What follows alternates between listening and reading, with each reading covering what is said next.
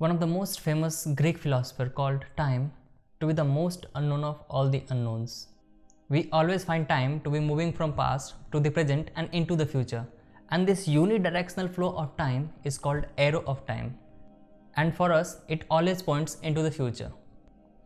But if we consider even the most fundamental laws of universe, for example inverse square law of gravitation or electromagnetism and general relativity or even the quantum mechanics, the time seems to be very symmetric. At microscopic level, the universe doesn't seem to care in which direction the arrow of time points. But at macroscopic level, it seems that we are confined to always move into the future. Why? This is the very question we are going to deal in this episode. As we discussed that most of the laws of physics does not necessarily specify an arrow of time, but there is however an exception to this rule. Second law of thermodynamics. This particular law deals with the concept of entropy.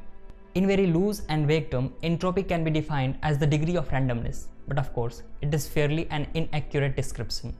But somewhat more accurately, it can be defined as the measure of system's thermal energy per unit of temperature which is unavailable for doing useful work. According to the second law of thermodynamics, if any system is left isolated, then it will always proceed in such a fashion that its entropy will always increase. For example, consider a bucket of ice and a bucket of boiling water. Now, if you pour that hot water into that ice, the ice will melt and the temperature of hot water will fall down. Finally, both will attain an equilibrium and both will be having a same temperature. Now let's give a close look to this situation. Initially, the system has a lower entropy because the hot water is at different temperature than the cold water. Now as the time passes, the entropy of the system will increase and it will be the maximum when both ice and boiling water have the same temperature. Also, it is very interesting that when a system goes from the state of lower entropy to higher entropy, the sense of time is intact. But when the system attains its maximum possible entropy, the sense of time is lost. Now talking about our universe. Our universe was created in Big Bang. Our universe was very ordered during Big Bang. Many speculate that all the fundamental forces were unified to form a single force, and so the entropy of universe was very low. But after then, the entropy of our universe kept increasing continuously, and it is still increasing.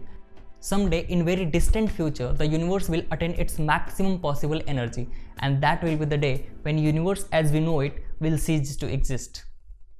There will be no planet, no star, no galaxy, no life as we know it. Also, the sense of thermodynamical arrow of time would be lost, and that would be the end of the time of our universe.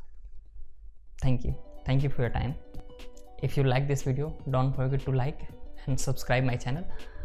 Also, don't forget to comment if you have any video idea, and also suggest if I can make any improvement in the video quality or content. Thank you.